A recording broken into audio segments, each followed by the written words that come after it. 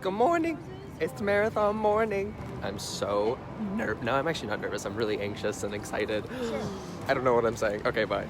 Hi! So I just got back from Minneapolis a few days ago, and I'm now done with my marathon. If you keep up with me at all, I have been training for the Twin Cities Marathon for 4 months now. 4 months running 6 to sometimes 7 days a week, completely consuming my life from my diet to my conversation. It's just that my life has been revolved around this thing for so long, and I haven't had anything like that in my life in a long time. So it was weird to be so concentrated on something that was going to take so long to get to.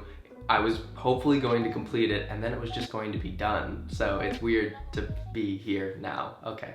The long story short is that I trained really hard for 4 months for the Twin Cities Marathon, and I finished in 3 hours, 20 minutes, and 59 seconds. And I wanted to make a video to tell you how I did that, how I accomplished that. So if you have no interest in this, then it's gonna be pretty boring, but this is how I did it.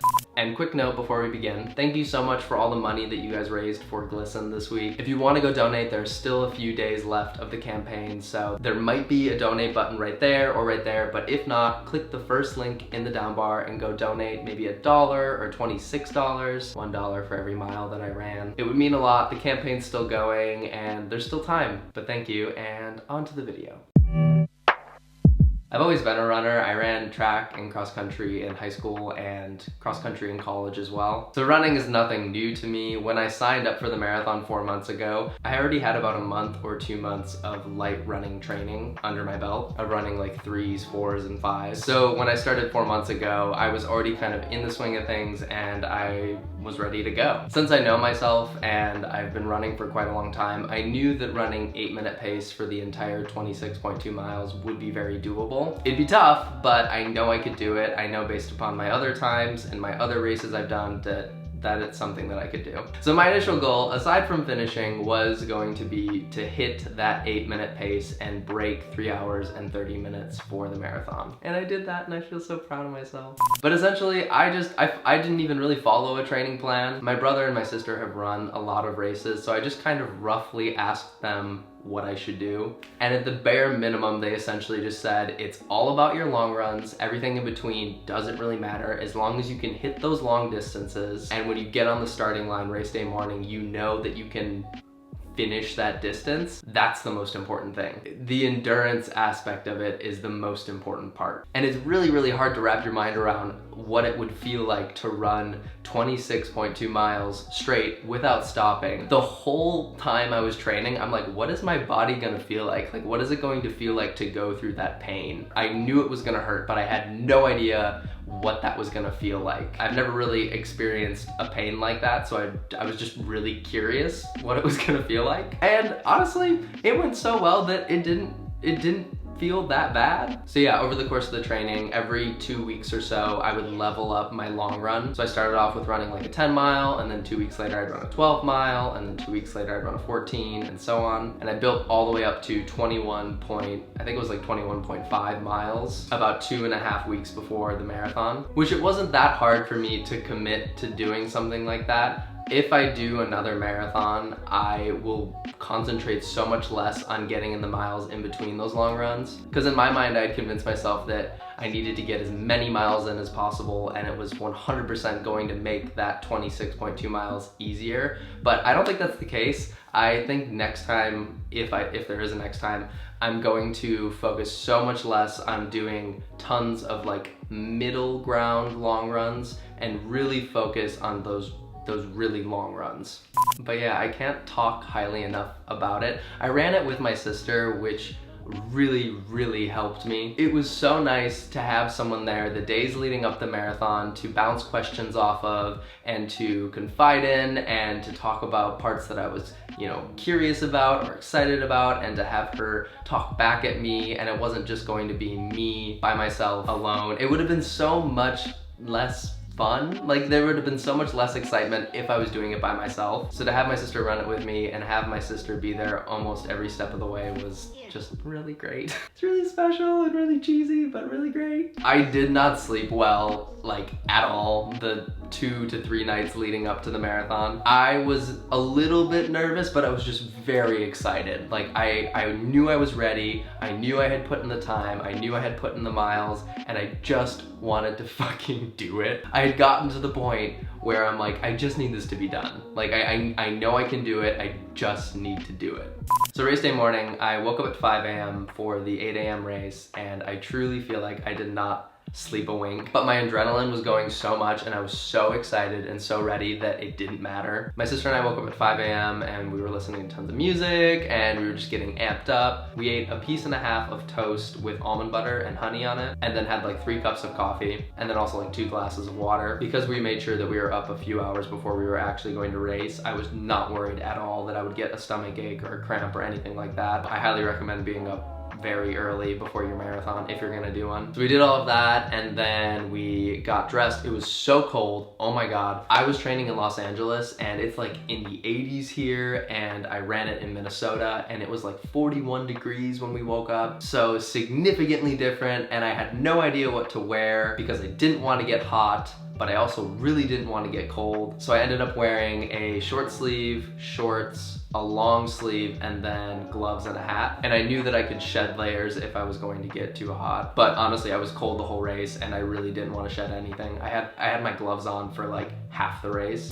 So we ate breakfast and we went down to the starting line, and again, I was just so excited. I had so many friends from college that were running it, so we just kept running into people, literally running into people.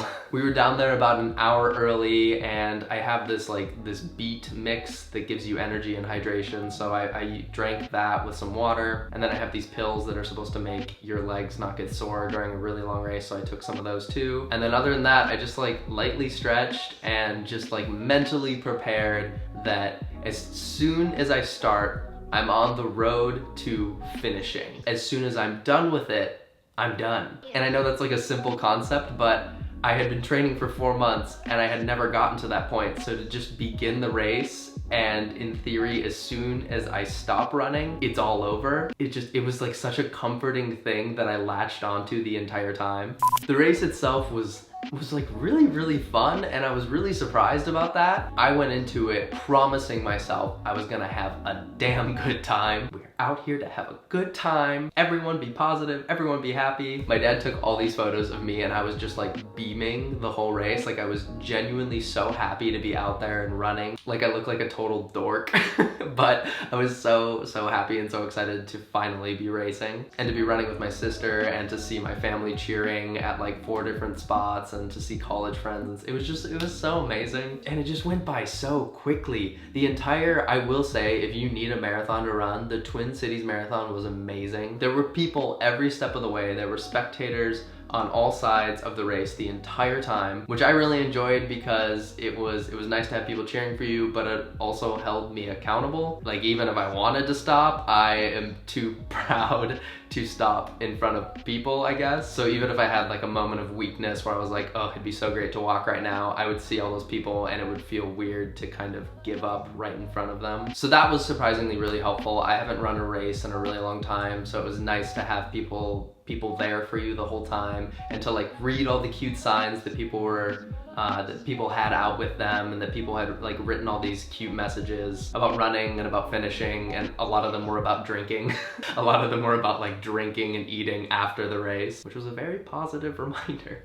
The first half of the race flew by. Like when we crossed the half marathon mark, it blew my mind that we were already there. And then there was like a middle chunk of the race that really kind of felt long. Time definitely slowed down a little bit in the middle. And towards miles 17 to 18, my sister and I actually separated, which was a little bit sad, but it ended up being totally fine. We both ran times that we were really proud of, so I guess it was totally fine. I didn't drink a lot of water during the race. I thought I would be chugging water, and I thought I would be wanting more than I could actually have without getting a side ache, but I probably had like a cup of water throughout the entire race. I think because it was cold and because I was afraid of getting a side ache or getting sick in some way, I really limited myself, which I don't think that's smart. I don't know if I'd recommend that. I also never really hit like a real wall. There was never a point that I hit that I was like, I am going to die. I never reached that point. The last 4 or so miles were really quite tough. My legs felt like cement. It just felt like so dense and so heavy. But I kept reminding myself that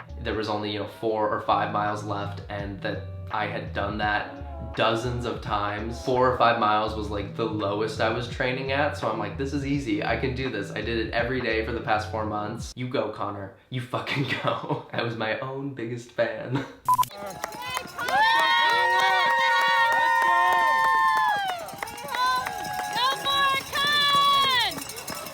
And yeah, before I knew it, it was over. It went by really, really quickly and it went so well. I finished in 3 hours and 20 minutes and 59 seconds. So 10 whole minutes faster than I wanted to run. That's like a 7:40 pace per mile too, which like blows my mind that I ran that pace the entire time. I didn't even know I would be capable of that. And honestly, I now understand why people get addicted to running, because I think I can totally run faster than that. So part of me already wants to sign up for another marathon because I know I can beat that time, and I feel like I'm one of those people now.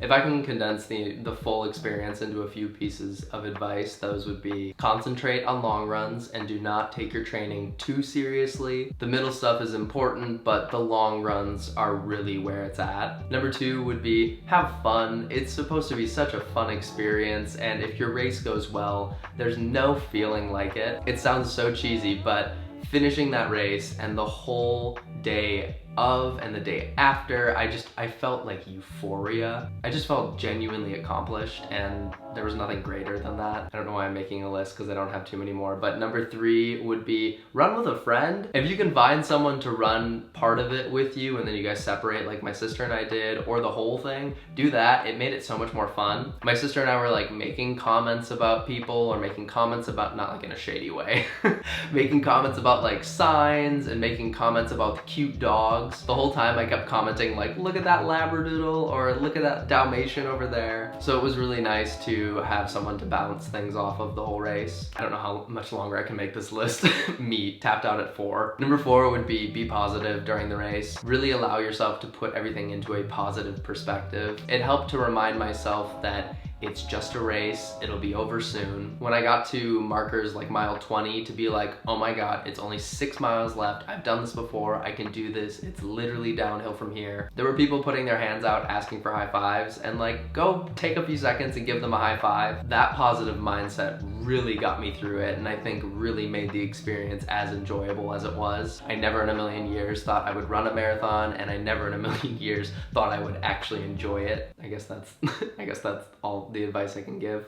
I, like most big things in my life, I build up to a point, I accomplish the thing, and then I fall super hard. I think I've been fighting off sickness for a few weeks, so once I finally got the thing done, my body was like, okay, time to crash. So you can probably hear it. I feel like my voice is like somewhere up here versus down here. And I just feel kind of permanently tired. I think also it didn't help that I didn't sleep well before the race. But yeah, I'm back and I'm feeling happy and positive and super accomplished. Thank you to any of you for your positive wishes on this experience. Thank you again for all the support that you've given me on the video that I posted last week. We've raised a lot of money for Glisten, and I also held that really dear to me while I was running. I was thinking about all those donations, and I was thinking about all those positive comments on that video, so thank you. If you do want to go donate, that video is still up and the campaign is still going. There might be a donation button here or below me, but if not, just click the first link in the down bar and go donate. 100% of the money goes to LGBT youth and Glisten, so that would be so great. Please go give just like $1 right now, or $26, one for every mile that I ran. That would be great. But yeah, I'm gonna go take a few days off and sleep a lot, refuel, become a person again. If you have the chance to run a marathon, know that you can do it, know that anybody can do it. It just takes a few months of time and dedication, but it's so worth it. I feel great, and I wish this type of feeling on everybody. But other than that, I hope you guys are having a great week and you enjoyed the video and everything, and I'll see you later. Bye.